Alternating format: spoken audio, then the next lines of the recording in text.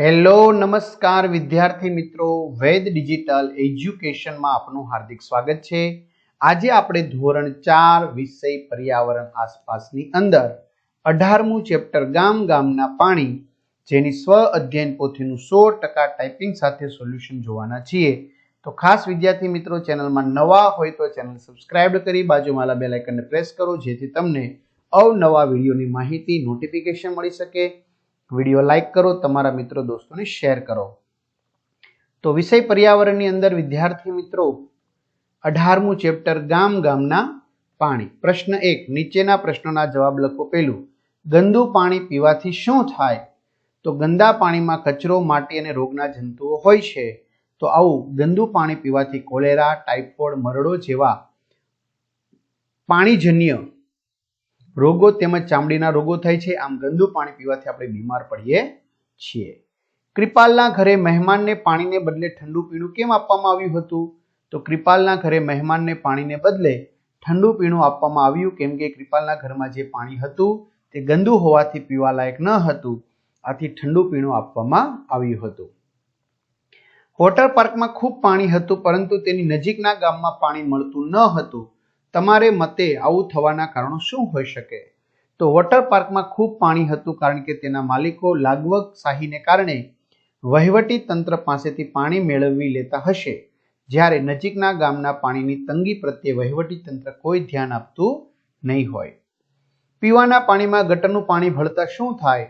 તો પીવાના પાણીમાં ગટરનું પ્રદૂષિત પાણી ભળતા પીવાનું પાણી પણ ગંદુ થઈ જાય છે। આવું પાણી પીવાથી લોકોને ઝાડા ઉલટી થઈ શકે છે, ઘણીવાર ગંભીર બીમારીઓ પણ થઈ શકે છે। ત્યાર પછી 5મું, ઝાડા અને ઉલટી થાય ત્યારે શું થાય? સારવાર માટે શું કરવું જોઈએ? ઝાડા અને ઉલટી થાય ત્યારે ખૂબ જ અશક્તિ આવી જાય છે, પથારીમાંથી ઊભા થવાનું પણ મન થતું નથી। આમાં સમયે વધારે પાણી અને લીંબુ શરબત પીવું જોઈએ અથવા તો જે ગ્લુકોઝ આવે એ ગ્લુકોઝ પીવું જોઈએ। તો વિદ્યાર્થી મિત્રો, તમારે આ જે ધોરણ 4 છે એના તમામ વિષયના વિડીયો લેક્ચર જોતા હોય અથવા તો તમારે પર્યાવરણ છે એના પાઠની સમજૂતી તેમજ એના પ્રશ્નોત્તરીના વિડીયો જોવા હોય તો એ તમને મળી જશે। ક્યાંથી મળશે સર?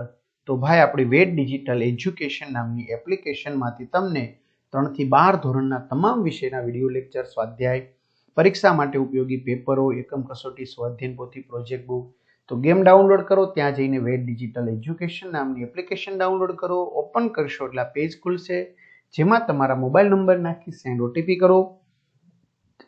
4 આંકડાનો ઓટીપી નાખશો એટલે પેડ કોર્સમાં જુદા જુદા પેડ પ્લાન, એક્ઝામ પેપરમાં અત્યાર સુધી લેવાયેલી તમામ પરીક્ષાના પેપરો, 3 થી 12માં 3 થી 12 ધોરણના વિડીયો, તમારું ધોરણ પસંદ કરી ગણિત, ગુજરાતી અહીંયા આસપાસ હશે, એમાં તમારે જે પાઠ સમજવાનો હોય એ પાઠ સમજી શકશો। ક્લિયર?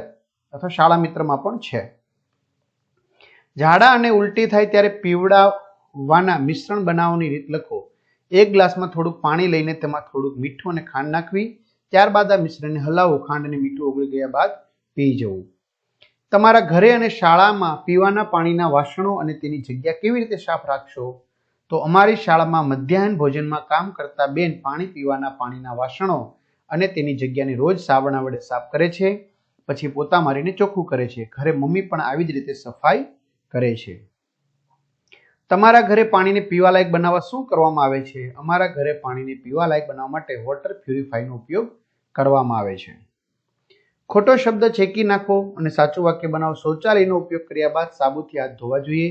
પીવાના પાણીના વાસણો દરરોજ સાફ કરવા જોઈએ। માટલામાંથી પાણી ડોયાથી લેવું જોઈએ। ઝાડા અને ઉલટી થાય ત્યારે ઉકાળેલું પાણી પીવું જોઈએ। પ્રશ્ન 3, ખાલી જગ્યા પૂરો। વોટર પાર્કમાં પાણીનો બગાડ થાય છે, પાણીમાં ફટકડી નાખવાથી શુદ્ધ થાય છે, ઝાડા અને ઉલટી બંધ ન થાય તો ડોક્ટરની સલાહ લેવી જોઈએ, ઝાડા ઉલટી થવા પાછળ દૂષિત પાણી જવાબદાર છે। પ્રશ્ન 4, ચિત્રના આધારે વર્ણન કરો। આ ચિત્રમાં 2 લોકો સ્નાન કરતા જોવા મળી રહ્યા છે। સ્નાન કરતી વખતે પાણીનો ખૂબ જ બગાડ કરવામાં આવી રહ્યો છે। પાણીની ટાંકીમાંથી સતત પાણી છે એ વહી રહ્યું છે। જે પાણીનો ખૂબ જ બગાડ થાય છે, આપણે જરૂરિયાત મુજબ જ પાણીનો ઉપયોગ કરવો જોઈએ। જો આમ જ પાણી બગાડતા રહીશું તો એક દિવસ પાણીની ખૂબ જ અછત સર્જાશે। તો આ સાથે વિદ્યાર્થી મિત્રો સરસ મજાનું સોલ્યુશન અહીં પૂર્ણ થાય છે। તો ખાસ તમારા મિત્રો દોસ્તોને જાણ કરો, ચેનલમાં ન હોય ચેનલ સબસ્ક્રાઇબ કરો, વિડીયો લાઈક કરો, કમેન્ટ કરો. અહીંયા સુધી રાખીએ. અસ્તુ. જય હિન્દ, જય ભારત.